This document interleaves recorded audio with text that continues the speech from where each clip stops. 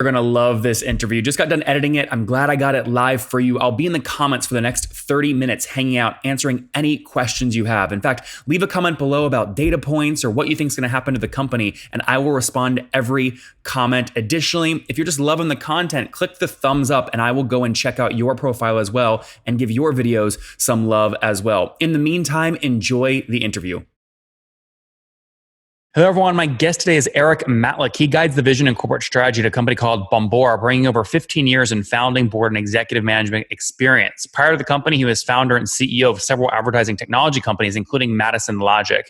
He also founded Industry Brains and Media Brains. He began his career in ad sales at Ziff Davis and divides his time between Miami and New York. Erik, you ready to take us to the top? I'm ready. All right, man. So a couple things, quick highlights. If people missed your first interview, you're playing in the B2B intent data space, but you're a rare case where you've actually bootstrapped the company to pretty significant scale, correct? Correct. Yeah. You don't want to brag about yourself, but I teed it up. Yeah, no, we've taken a different path. We didn't raise a lot of venture money. We've self-funded pretty much and have bootstrapped and grown to pretty good size, pretty good scale. What scale are you at right now? Scale-wise, it depends on how you measure it. We have a little over 130 employees. We're well over $30 million a year in revenue. A lot of our revenue, over 50, close to 65% of our revenue today is subscription revenue. So SaaS, but with a data spin to it. So really DaaS, if you will. Yep. Yeah. And okay, so we're going to talk about virus stuff here in a second, but let's talk pre-virus first. What's the main use case of how people were using you? B2B SaaS companies using you before the virus.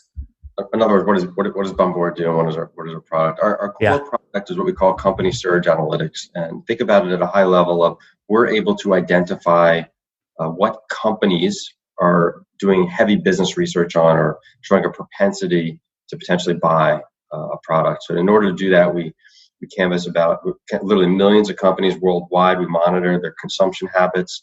We build trends and baselines, and we identify if there's a spike or what we call a surge in research activity on some really granular topics, about 7,000 topics that we care about. Okay, and how many customers? You're a marketer, how you use that, right? So you would look at the data, and it would identify out of the universe of companies that you care about, which ones are most likely to be your next prospects. And then there's a number of ways you can use this data as a marketer. Number one is sales enablement, right?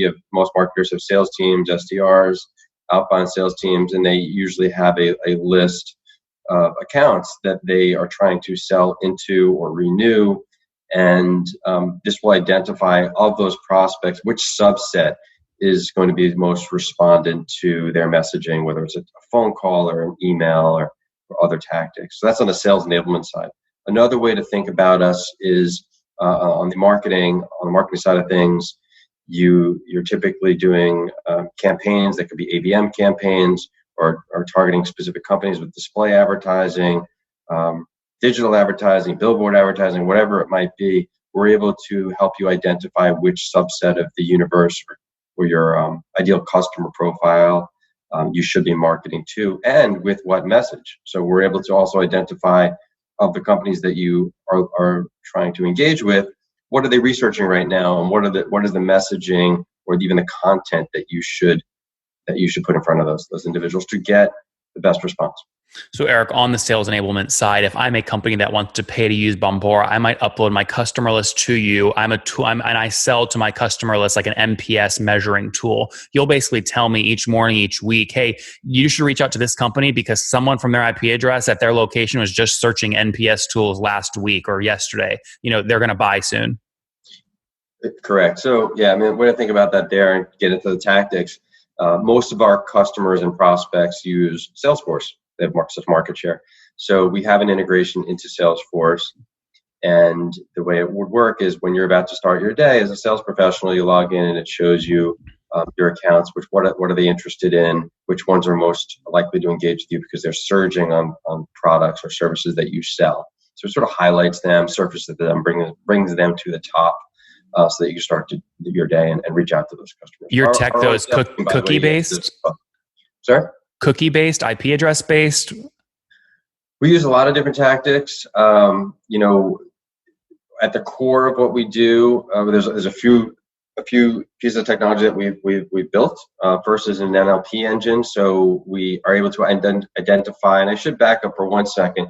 The reason that we're able to do what we do is because over the last 5 years, we've built out a data cooperative. We've worked with thousands of B2B publishers, from some of the biggest B2B brands you've ever heard of to some very niche B2B publishers. We cover essentially anywhere that a business professional will do research. Is pretty much who we work with. G2, Capterra, Discover.org. I'm talking about the publishers, more like the Wall Street Journals, the Forbeses, the Business Insiders, and Bloomberg's, as well as the Queen Street, like many publishers. And that's where people go to do research, right? When they're researching products to buy. So we're on all of those publishers. And by the way, 70% of those relationships that we have with those publishers are exclusive. So there is no way to get the buying signals anywhere else other than through Bombora. Right. In order to turn all of this content consumption, if you will, into something that a marketer or a salesperson cares about and turn it into what we call company surge, we had to build a lot of the intellectual property ourselves. So we built an NLP engine, which looks at all those pages. We see 30 billion pages on a given month. Those are events of users reading content. And we have to look at those and try to understand what those pages are about and identify if they map to one of our topics in our taxonomy. Mm-hmm. And as you mentioned, the IP address is pretty important as well, right? Being able to identify that a user is actually works at a particular company. You usually do that if you're looking at the IP address. If you could determine what domain owns that IP address. So we call that IP to domain or IP to company. We built our own graph, if you will, identity graph of IP addresses and what domains they are. So that's another piece of the model, if you will, that you. And how many customers are paying you now today? There's close to 2,000 customers that purchase the Bombora data. We, until very recently, we sold almost exclusively through channel partners. We just launched our own direct sales effort and what we call our growth effort by building our own sales team. And today we have almost 200 customers that are buying us directly. Okay. So these are ACVs then that are going to, on average, are going to be in like the, what, 30, 40, 50, $100,000 range? Yeah, our ACV was around 150, but it'll go down actually now that we're focusing on the mid-market, if you will. And so those are like the $30,000 range ACVs. Yeah, but 30 million in ARR today, and that's up from about how much a year ago? Well, like I said, so a year ago, we only exclusively focused on the largest companies in the world, so your Fortune 1000. And so it was a different package that we presented to them. They could use it worldwide. They got more topics. There was essentially, they got a lot more data. The ACV there, or ARR, was around 125 to 150. Okay. Sorry, no, I just meant I was just going back to a macro level of the entire company's growth. You said you're at about a 30 million run rate today. Where were you a year ago? Yeah. 2 years, 2019, we did over 30. 2018 was 26. This year, we were planning on growing around 35%. And I'll tell you that we did take our numbers back a little bit over the last few weeks. Well, so let's go into the virus stuff now. So as a CEO of a SaaS company, let's start there. How did you alter those plans? Yeah.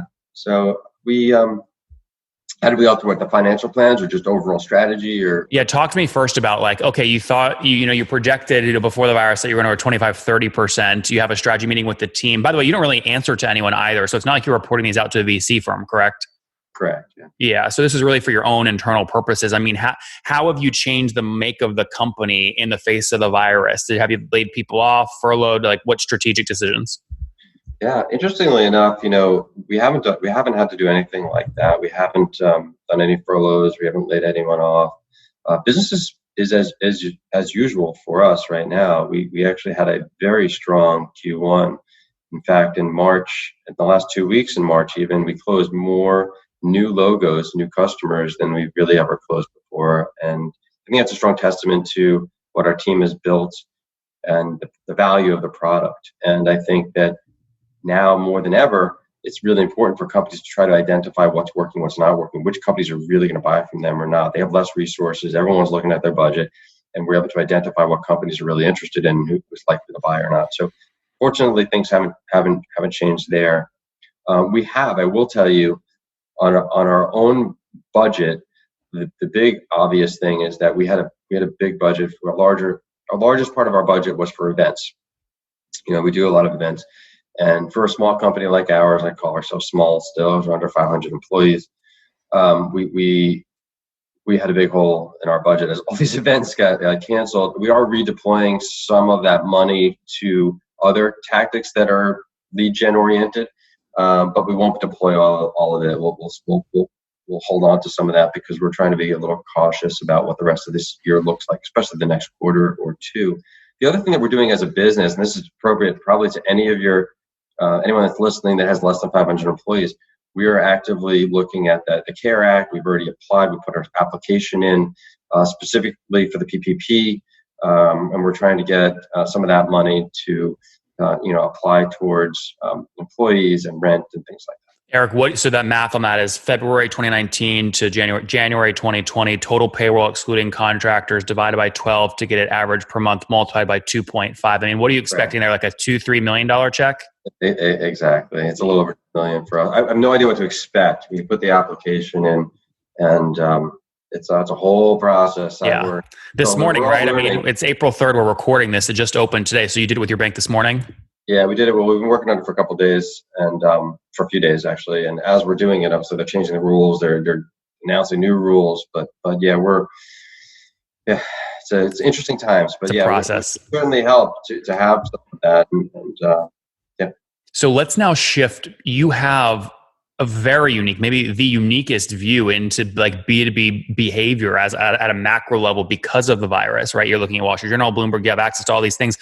Do you believe, just general interest in B2B is going to be increasing or declining as everyone's now remote and people are not going to offices? So first of all, we know it's increasing. That's actually something I can show you. And that's what this chart is. I don't know if you can see my screen. Yeah, describe it to us for people listening to audio only. So yeah, what this is showing that there's the amount of consumption that business professionals are doing has been very steady, and the last few weeks has increased significantly. Of course, as you would expect, this looks at a bunch of different large topical areas like business, energy, finance, healthcare, HR, legal, marketing, and technology. The biggest winners are finance and healthcare, as you can imagine, Yep. right? So finance, people are looking at anything financial right now. There's a lot of uncertainty. Healthcare, self-explanatory, right? Those are the biggest gainers. The point is that there's a lot of business research going on. In fact, it's more than ever. So the other thing that that's at a sort of a content level. But what we do as a business, which is more specific, is we look at the difference between just consuming content and sort of the propensity to buy, right? So you could consume a lot of content. That doesn't mean that you're doing research in order to purchase a product, right? And that's a big distinction.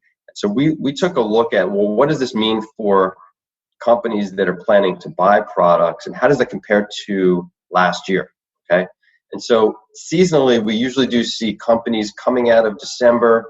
In January, there's a bit of a lull as they're finishing their budgets, they're distributing their budgets, they haven't decided what they're going to purchase yet, but then by the first or second week in February, companies start looking like they're going to purchase products and purchase services, and so their propensity to buy starts to scale up very quickly throughout February and March. This year, we saw that dynamic start to happen in the first and second week in February, but by the second week in February, something very strange happened, and all of a sudden, there was a pretty big divergent or dip in company propensity to purchase. And we know why that was, most likely because of COVID. And that is actually what happened over the last 6 weeks. The good news here is that last week was the first week where we saw a normalization, a stabilization, and even a slight increase. Yeah, the trough. We hit a trough, it looks like, potentially. That's what it looks like. And by the way, we're monitoring this day by day, week by week right now to see if this stabilizes and continues to scale back up. But we're keeping a very close eye on that. But I thought that'd be very interesting because anyone that's listening is likely selling to other businesses or purchasing or selling products. So this is a pretty important macro chart to look at. Yep. And then just for validation purposes, our team wanted to see, well, how accurate is our data? And sure enough, we did a we asked our engine to tell us what was the consumption by companies on the topic vaccination, right? That's pretty specific. And we looked at it over the last few months, and it was very stable in November and December. Roughly 30 to 40,000 companies in the world are really looking at vaccination as a topic. All of a sudden, on January 20th, it happens to be the same day that the WHO organization announced its first cases of COVID in the United States. It was in the New York Times. Literally on that day, all of a sudden, it starts spiking across our data set. And the number of companies that were doing significant research and increased research on that topic started to spike, and it's continuing to spike. And today we're up to about 180,000 companies that are surging on the word vaccination. Yep. Interesting trends here. Erik, put out a link real quick. Is there a link you're publishing this data at on a weekly basis that my audience can continue to check at? Yeah, it'll be on our website. We just published this and announced it internally for our company this week. We just did our all hands this morning, and there's a couple of we'll release it early next week. It'll be on our website at bombora.com. Okay. And just so people understand, like the technical prowess going into your platform, you said total team size is about 130 people. Is that right? Correct. How many engineers? Well, let's just say R&D. R&D is about 50%. 50%. Okay. 60, 70. Data science in there. I don't know if you put data science and engineering. That's why I say data science, engineering, product, Q&A. It's 50.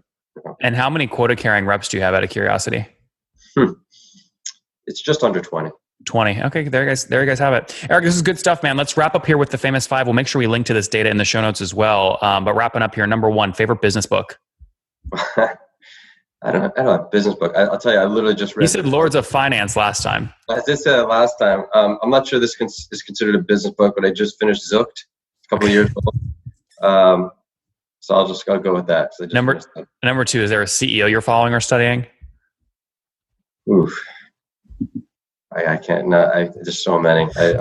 We'll skip it. Number 3, is there a favorite online tool you're using to build the company? Zoom is top of mind now. I'm on it all day long now that we're working from home. So. Yep. Number 4, how many hours of sleep are you getting? I'm good in that category now. I'm hitting my 8 hours, 7 to 8 hours every night. Fair enough. All right. And situation, married, single, kiddos? 4 kids, married and 4 kids. 4 kids. And how old are you? 19, 17. No, you. Oh, me. Like, that's personal. 49 still. Yeah, so that'd be very personal. Kids' age would be personal. Yours not so much. Okay, 49 years young. Last question. What do you wish your 20-year-old self knew? That I don't know as much as I thought I knew. Guys, there you have it. Bombora, again, built a massive data cooperative with big B2B publishers. Many of these are exclusive. The company broke $26 million in revenue in 2018, $30 million in 2019. That projected 20 to 30% growth this year. Maybe a little tighter, obviously, because of the virus. But more importantly, they're looking at a very unique data set into what B2B brands are doing in terms of searching for vaccinations or things related to COVID. It's obviously increasing purchasing searches and things related to purchasing going down. We'll check out bombora.com to stay updated. Erik, thanks for taking us to the top. Thank you. You guys know I fight like heck to get these data points for you from these CEOs that rarely do these kinds of shows. If you want more shows like this, make sure you subscribe right now. We're trying to get 10,000 YouTube subscribers by the end of September here, 2019. And it would mean the world to me if you clicked now to subscribe. Additionally, I've got 2 more great interviews for you. If you want more data points from the world's leading SaaS CEOs, click and watch.